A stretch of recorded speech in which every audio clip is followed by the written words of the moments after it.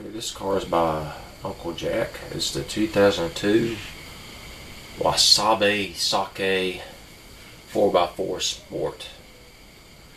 I like how he names his vehicles. This is very Japanese, and I think sake is wine, and we know what wasabi is. It's not avocado pudding like my dad thought.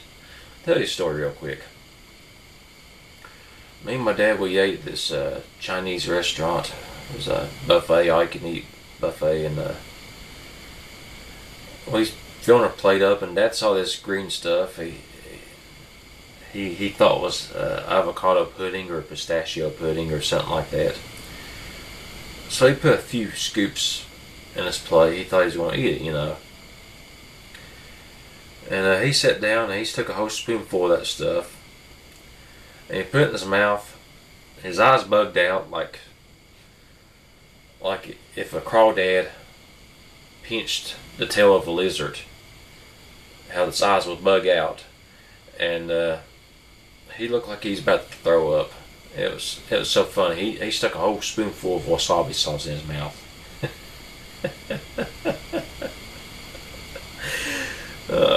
Okay. Well, we know most of us knows what wasabi is, and I call it Satan sauce. Well, yeah, it's hot, but I think it's got a raunchy taste to it and smell. I mean, I think I'd rather eat a habanero pepper. Because, it's hot, maybe even hotter than wasabi sauce, but it tastes better. So let's go over to this car here. Top speed is 91.2 miles per hour. 0 to 62 is, you have to measure it with the calendar, not with the stopwatch. It's 17.7 seconds.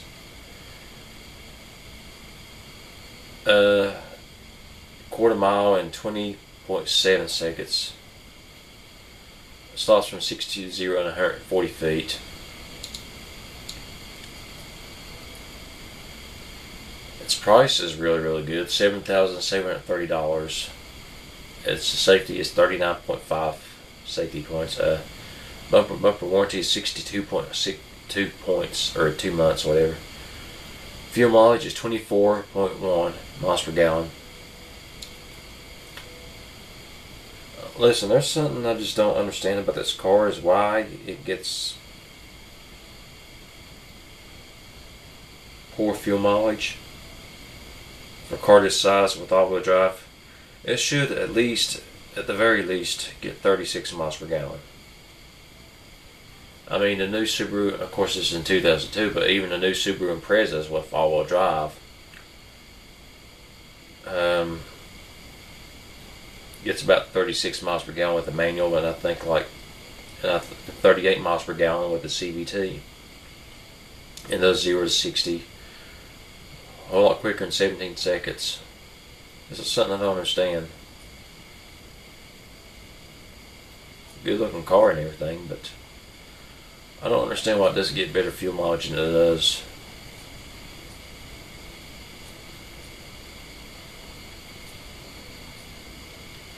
And does it get a little bit quicker time than it does. But I guess this car would not be sold in the United States, but I guess in Japan, well, even Japan, I don't know about Japan standards. It's, 0 to 60 time would be fine over there, but the fuel mileage, I don't know. I'm not trying to say anything negative about the car. I'm just saying I don't understand. And I looked over it, and I don't see nothing weird about it. I mean, how much does it weigh? 2,400 pounds, about 2,500 pounds. Sometimes there's a glitch. I was making a truck one time, somehow it gained up to 44,000 pounds. And it said my tires were blowing out and everything was horrible. It was horrible. So let's go over the build.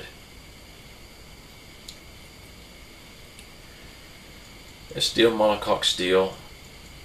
Front transverse McPherson strut front, semi-trailer arm rear. It's an inline 3, exactly 1.2 2 liters.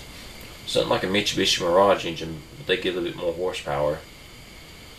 65 horsepower and 72 foot-pound torque. That's decent. I don't know what the problem is. That's good horsepower and good torque for a little car like that. I don't understand. Overhead cam with 2 valves per cylinder. Cast iron block and aluminum head. 3.181 inches stroke. No bore, I mean. And on stroke it's 3.071 inches. Ugh. Cast iron crank, cast iron connector rods, hyper or cast whatever pistons.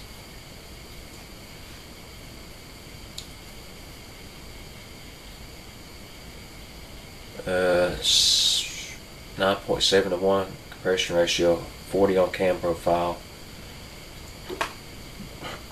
Excuse me. I still don't know why this thing is only 24 miles per gallon, 25. Naturally aspirated. I mean, even a Mitsubishi Mirage gets 44 miles per gallon, but it's not all-wheel drive. So I said it should at least get 36.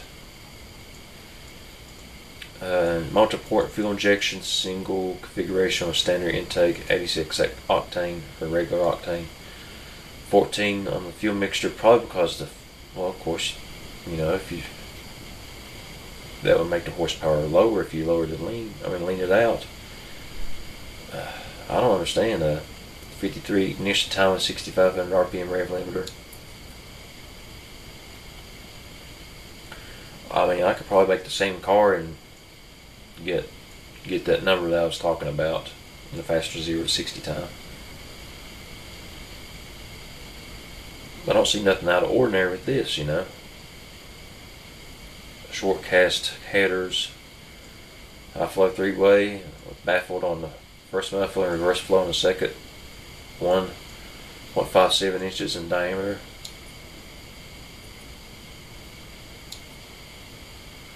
I like inline 3s, so let's listen to this little engine.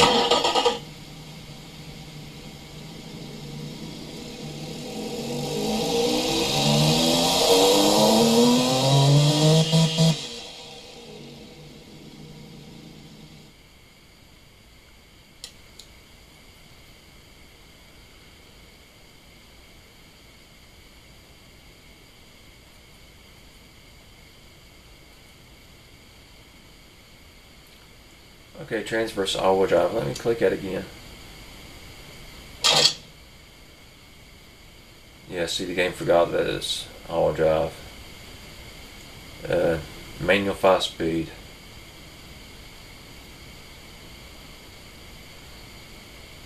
And because the gear ratios are short, a little bit long. And I don't know, I don't understand this car. It's got 557 rear end, open differentials, hard long life, 175, 60, 14s, steel rims, salt disc, 1 piston in the front, 11 inches, drums, 11 inches on the rear.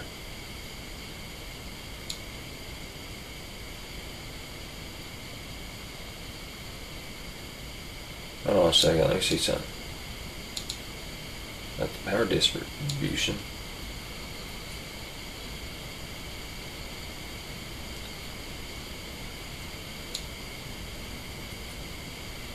.40 on pad type. No undertray, no cooling flaps. 5-seater with standard interior and basic CD. Variable hydraulic power steering with ABS. Standard 90s safety. Progressive, gas monotube, passive.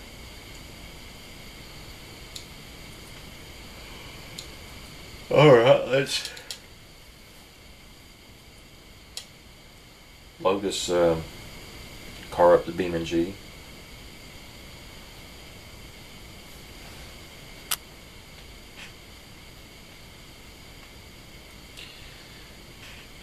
I'd say if I tuned this car, I'm not saying that the person who did this did a bad job or anything like that. But according to my point system here, I believe I could have got a much, or not much higher, but a higher score out of it.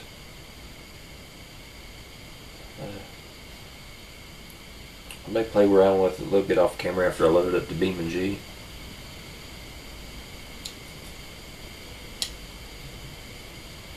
But I won't talk about what I did to it or anything like that. So I'm going to score it as it is, Features, it has a basic CD player. It's pretty good. 7 out of 10. Acceleration is a 1 out of 10. Safety is a 3 out of 10, it being small. Economy is a 4 out of 10. I believe it could get much higher. Engine warranty is a 6 out of 10. Practicality is a 2 out of 10. Bumper warranty is an 8 out of 10. That's really good. Value is really good, 10 out of 10. Importance is not very important. It's mass produced, and a lot of